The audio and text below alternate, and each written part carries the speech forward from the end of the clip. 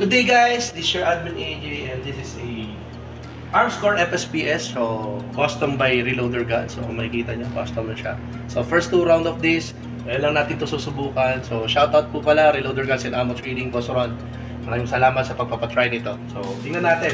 I'm not a 1911 shooter, so tingnan natin kung tatama tayo. So loading. Okay, firing. Go. So, okay, verify targets na, Sir Bernard, yung ating target. So, ilalapit ako. So, first 2 round. So, bullseye siya, mga kapatid ha. So, atras natin ng konti yan. Layo-layo mo ng konti, Kuya Bernard. Oh, yeah.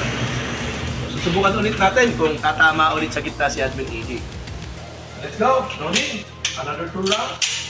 Armscore FSPS 9mm. No ready. Up. Up. So, verify target. Okay. Ganun pa rin. Nag-bullseye and then umangat. So, atras natin. Subukan natin barilin yung ulo. Up.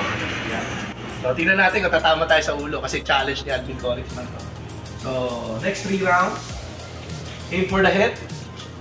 So, disclaimer lang, no? Hindi tayo expert na 1911 shooter, but sa tono ng baril na to, ang ganda.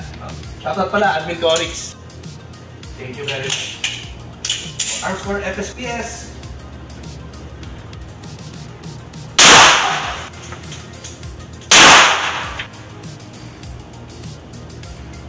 Oh, okay. Jump siya ng konti. Naipit. So, tingnan natin.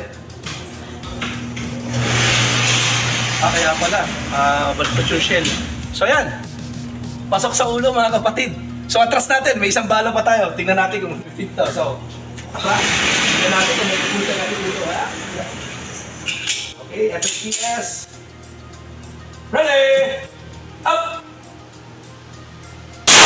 Okay, so verify target. Ano mga kapatid?